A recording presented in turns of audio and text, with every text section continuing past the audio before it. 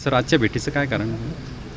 अतिशय ही फॉर्मल भेट होती, राजकीय भेट तर अजिबात नव्हती आणि तुम्हाला जी अपेक्षित आहे ती तर अजिबातच नव्हती. या छत्रपती संभाजीनगरला उद्योग विभागाच्या कार्यक्रमाला आलो होतो आणि मी स्वतः राजकारणाच्या पलीकडे मनोजदादांचे माझे संबंध असल्यामुळे त्यांना फोन केला आणि सकाळी 7:30चं माझं फ्लाईट आहे.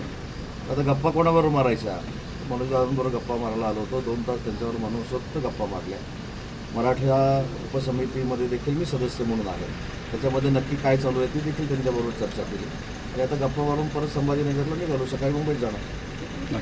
पूर्वीच इशारा दिला होता की जर मागण्या मान्य नाही झाल्या, सर्टिफिकेट इश्यू जर झाले नाही तर जूनमध्ये उपोषणाला बसण्याची एक मी आत्ता स्वतः दादांनी सांगितल्यानंतर 2 दाखल्यांसाठी स्वतः फोन केले होते. त्याच्यामुळं असं आडमुठे धोरण कोण अधिकारी जर घेत असतील त्यांना देखील आम्ही व्यवस्थितरित्या समज देऊ. परंतु ज्या काही नियमातल्या गोष्टी आहेत ज्या दादांच्या माध्यमातून झालेल्या आहेत आणि सरकारनं केलेल्या आहेत त्याची अंमलबजावणी व्हावी ही आमची सगळ्यांची इच्छा आहे आणि त्याच्यावरच चर्चा झाली. त्याच्यामुळे दुसरी कुठचीही राजकीय चर्चा नाही.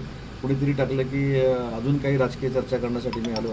मी अनेक वेळा या भागात आल्यानंतर त्यांना न सांगता त्यांची अपॉइंटमेंट न घेता माझे त्यांचे घनिष्ठ संबंध असल्याने येऊन जातो आणि त्याच गप्पा मारल्या आणि त्याच्यामध्ये चर्चा देखील झाली उपसमितीमध्ये काय काय करायचं. वर दादांची पण नाराजी आहे, याबद्दल काही चर्चा झाली? ते झाली ना.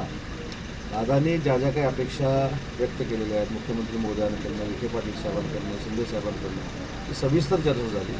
पण हे सांगताना पण ते विसरले नाहीत की ज्या पद्धतीनं मराठा आरक्षणाच्या संदर्भामध्ये आम्ही निर्णय घेतलेले आहेत ती सकारात्मक आमची बाजू जी आहे ती पण त्यांनी आम्हाला सांगितली आणि काय त्रुटी आहे ते देखील सांगितलं. आता उद्या कॅबिनेटची मिटिंग आहे, त्या कॅबिनेटच्या मिटिंगमध्ये तुम्ही मांडेल. जूनमधलं उपोषणाचा जे इशारा होता त्याबद्दल दादांचं थोडंसं तुम्ही नाही आंदोलन होऊ नये यासाठी जे काय करावं लागेल, जे काय निर्णय घ्यावे लागतील ते सरकार म्हणून आम्ही घेऊ.